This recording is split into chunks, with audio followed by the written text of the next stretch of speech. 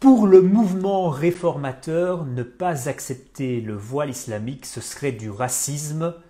Pas pour nous, et on vous explique pourquoi dans les actus de chez nous. Bienvenue dans votre rendez-vous régulier que nous avons tous les 15 jours pour décortiquer l'actualité. Vous avez en fait vu Georges-Louis Boucher, président du mouvement réformateur. Il s'est un petit peu pris les pieds dans le tapis. Il était en pleine interview et puis il a pris l'exemple d'une personne raciste qui devrait être bien traitée à la commune de Charleroi. Et en fait, l'exemple qu'il donne, c'est la personne à l'accueil qui serait voilée. Donc ça signifie pour lui très clairement, si on décortique, que ne pas accepter le voile islamique dans l'administration, c'est être raciste. Mais en fait, pas du tout. Là, on parle du voile islamique, c'est-à-dire d'un symbole religieux, d'un symbole identitaire, et on ne parle pas ici de couleur de peau. Si Georges-Louis Boucher avait pris en fait spontanément l'exemple d'une personne de couleur, qu'une personne ne se souhaiterait pas voir à l'accueil d'une administration, on parlerait effectivement dans ce cas-là de racisme. Mais en prenant l'exemple d'une femme voilée, effectivement, ça signifie qu'au mouvement réformateur, on pense que ne pas accepter le voile, c'est être raciste, ce n'est pas la même chose. Pour nous, c'est très clair, on est contre le voile dans l'administration. Et en fait, le Parlement bruxellois s'est emparé de la question. On se souvient, il y a quelques mois, que la STIP avait été condamnée pour discrimination à l'encontre d'une femme voilée et le gouvernement bruxellois avait refusé d'aller en appel. Gouvernement bruxellois, on vous le rappelle, qui est composé du Parti socialiste, des écolos et de Défi, faut-il s'en étonner. Aujourd'hui, en fait, ils prennent le dossier à bras-le-corps, disent-ils, mais ils ont cédé le dossier au Parlement bruxellois. Aujourd'hui, c'est en commission que se discute la question de la neutralité et ils ont invité pour discuter de cette neutralité toute une série de personnes qui sont en fait très louches, qui ont de près ou de loin des liens avec une certaine vision de l'islam qui ne nous plaît pas. Pour nous, c'est très clair, contrairement aux autres partis traditionnels, le voile n'a pas sa place dans l'administration.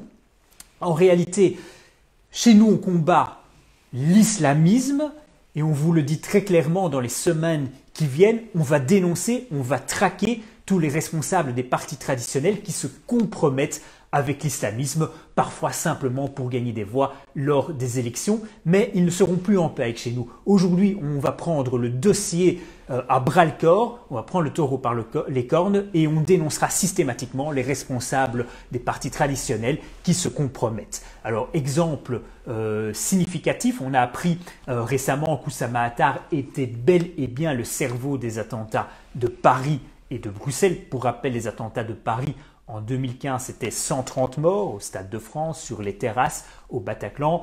Et les attentats de Bruxelles, à Zaventem et à Malbec, c'était 32 victimes.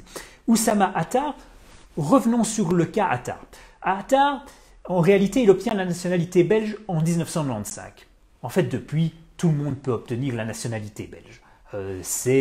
En fait, depuis 20 ans, il a Snell Belgoët, c'est devenu en fait très simple d'acquérir la nationalité belge. Nous, on est pour une acquisition de la nationalité beaucoup plus stricte, beaucoup plus ferme et qui se mérite. La nationalité, elle s'hérite ou elle se mérite. Oussama Attar obtient la nationalité, mais bien vite, il a des accointances avec l'islam radical et il est condamné à perpétuité en Irak en 2005. Mais comme il a également la nationalité belge, en réalité, le gouvernement belge, qu'est-ce qu'il va faire? Il va prendre fait et cause pour Oussama Attar et va œuvrer pour sa libération. Didier Reynders le reconnaît lui-même qu'en 2008, le 9 avril, le comité ministériel de sécurité prend fait et cause pour Attar et décide en fait de mettre pression sur l'Irak pour obtenir la libération d'Attar. Pour raison de santé officiellement, et dans la foulée, il y a des responsables d'écolos du CDH qui se mobilisent aussi. C'est Zoé Genot, c'est El Kanous du CDH et Ikasban du PS qui se mobilisent, qui font des manifestations pour obtenir sa libération. Libération qui intervient finalement, mais Attar, par la suite, va se radicaliser encore plus et Attar va devenir le fameux cerveau des attentats. Donc rappelons que le comité ministériel qui avait œuvré et qui avait fait en sorte qu'il soit libéré, il était composé outre Didier Reynders qu'on a cité, mais également de Laurette Onkelings du Parti Socialiste et de Joël Milquet du CDH. On vous le répète, chez nous, on va militer, on va œuvrer et on va dénoncer les partis traditionnels qui ont des liens avec l'islamisme. Parce qu'on n'entend pas beaucoup les partis traditionnels aujourd'hui pour dénoncer par exemple le fait qu'Ophélie Meunier, qui est journaliste française, soit menacée de mort parce qu'elle a fait un reportage à Roubaix. Et on se souvient de ce reportage il y a 15 jours, 3 semaines, où on voyait des poupées sans visage pour ne pas déplaire aux islamistes. Alors c'est intéressant, il y avait un article dans Valeurs Actuelles pour ceux qui lisent, et dans l'article de Valeurs Actuelles, il est bien expliqué que ces poupées sont déjà en vente à Molenbeek depuis plusieurs années, mais chez nous, on ira à Molenbeek puisque les journalistes ne veulent pas faire le travail, nous irons, nous dénoncerons. En réalité, pendant que les partis traditionnels œuvraient pour que soit libéré Oussama Attar à l'époque, nous on avertissait déjà, alors pas encore chez nous, ça n'existait pas encore, mais dans les partis pour lesquels nous militions à l'époque, en fait on mettait déjà en garde contre l'imminence d'un attentat. Nous étions au courant qu'un attentat aurait lieu. En fait, les officiers de renseignement ne savaient pas encore à l'époque quand et où il aurait lieu, mais ils savaient que ça arriverait et c'est arrivé. Donc nous le disons, nous militons contre l'islamisme, contre toutes les formes d'islam radical et nous vous appelons à nous rejoindre et nous vous appelons à nous soutenir dans notre combat. Alors à Molenbeek, vous avez aussi vu ces images sur les réseaux sociaux. La semaine dernière, des policiers ont été attaqués à coups de cocktails Molotov. Peu de médias ont relayé l'information. Pourtant, à nouveau, c'est la violence contre les policiers. Nous le disons, nous défendons les policiers. Ils ont une mission capitale, une mission très importante au service de la sécurité de chacun. Et les contrôles ont été renforcés à Molenbeek ces derniers jours parce qu'il y a eu place Anne-Essens, donc en plein cœur de la commune, il y a eu une fusillade il n'y a pas longtemps. On voit qu'on n'est pas en sécurité et la sécurité va de mal en pis dans notre pays. Il est temps d'appliquer une politique de tolérance zéro. Autre sujet sur lequel nous souhaiterions revenir dans les actus de chez nous, c'est cet homme enceint.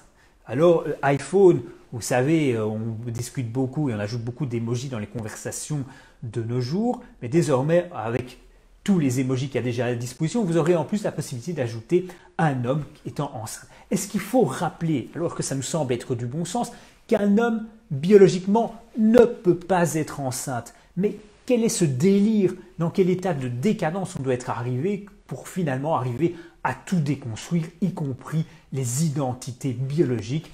Il y a des hommes, il y a des femmes, les femmes peuvent être enceintes, les hommes pas.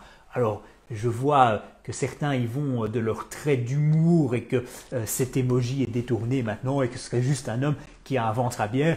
Et effectivement, une bière de temps en temps, ça ne fait pas de mal, surtout qu'en Wallonie, on a de bonnes bières. Et comme on vous l'a déjà dit, chez nous, on défend les coutumes, les traditions, les produits du terroir. Donc buvez avec modération de temps en temps une bière de chez nous. Mais en tout cas, encore une fois, cet emoji-là, c'est une nouvelle attaque contre l'identité sexuée. Il y a des hommes, il y a des femmes. Respectons tout simplement ce bon sens. Et ça ne veut pas dire que chez nous, on est pour les discriminations, certainement pas. On est aussi pour les libertés de chacun. Donc ça ne fait pas l'ombre d'un doute non plus. Le pouvoir d'achat, aujourd'hui, il devient effectivement difficile de faire ses courses. Désormais, le panier se remplit de plus en plus difficilement, mais il n'y a pas que le panier lors de nos passages au supermarché, mais il y a aussi le prix à la pompe quand on va faire le plein d'essence, il y a le prix pour se chauffer et le gouvernement en réalité a trouvé 2-3 petites astuces, un chèque de 100 €, la suppression de la TVA pendant quelques mois, mais ce sont des mesures structurelles qu'il faut prendre. On comprend bien en fait qu'ils se foutent éperdument du citoyen. Ils ne veulent en réalité pas diminuer les prix. Chez nous, on est pour plus de pouvoir d'achat, on est le parti du pouvoir d'achat. Il y a des mesures très simples à prendre, c'est de diminuer en fait la TVA sur l'électricité, le gaz électricité, la ramener à 6% par exemple et ne pas tergiverser autour de ces questions. Il y a des économies monumentale à faire sur le coût des institutions publiques. On parle toujours du Sénat, mais c'est le bon sens qu'il faudrait supprimer le Sénat. Mais évidemment, ils ne veulent pas supprimer parce que ce sont des postes qui vont avec, ce sont des titres. C'est comme ça qu'on fait la politique dans les partis traditionnels. Et en fait, les partis traditionnels, vous avez aussi vu cette actualité, pendant que des sinistrés à Pepinster et dans la région liégeoise pensent encore les plaies des inondations d'il y a quelques mois, il y a un élu socialiste qui a détourné le charbon, des kilos et des kilos de charbon, tout ça pour sa propre famille, pour son propre intérêt. Ce n'est pas notre façon de faire de la politique. La politique, pour nous, ce n'est pas se servir dans la manne publique.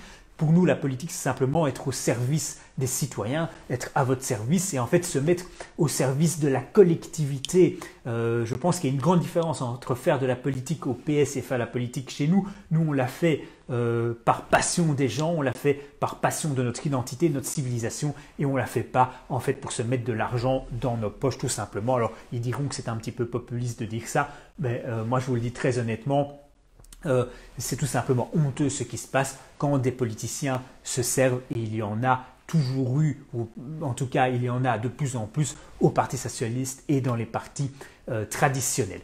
Nous vous appelons à rejoindre chez nous, nous vous appelons à nous soutenir, à militer, on va être sur le terrain, on ne reculera plus, on sera partout en Wallonie dans les mois qui viennent. Chez nous, c'est le parti défendant l'identité, les traditions. N'hésitez pas à nous envoyer des messages. Il y a de plus en plus de personnes qui nous motivent, qui nous envoient des messages, qui nous envoient parfois des critiques et elles sont toujours justifiées. Nous vous remercions, on compte sur vous dans les mois qui viennent. Je vous souhaite une très bonne soirée. Restez à l'écoute, restez actifs sur nos réseaux sociaux. Bonne soirée.